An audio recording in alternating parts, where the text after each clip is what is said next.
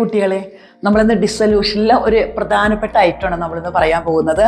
അതായത് ലോൺ, അതായത് payment of loan by പാർട്ട്ണറും ഉണ്ടാകും നമുക്ക്, അതുപോലെ തന്നെ ലോൺ ടു പാർട്ട്ണറും നമുക്ക് തന്നിട്ടുണ്ടാകും ബാലൻസ് ഷീറ്റിൽ.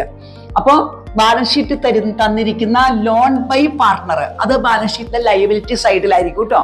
അതിന്റെ journal entry loan by partner account debtor to bank. അപ്പൊ ഓർത്ത് വെക്കാം, അത് ബാങ്കിന്റെ ക്രെഡിറ്റ് സൈഡിൽ മാത്രമേ വരുള്ളൂ. ഇനി അതുപോലെ തന്നെ ലോൺ ടു പാർട്ട്ണർ അത് നമുക്ക് അസറ്റ് സൈഡിലായിരിക്കും നമുക്ക് തരുന്നത് ബാലൻസ് ഷീറ്റിൽ. അത് നമ്മൾ എൻട്രി കൊടുക്കുന്നത് partners capital account debtor to partners loan account, അത് ക്യാപിറ്റൽ അക്കൗണ്ടിന്റെ ഡെബിറ്റ് സൈഡിൽ മാത്രമേ വരുള്ളൂ.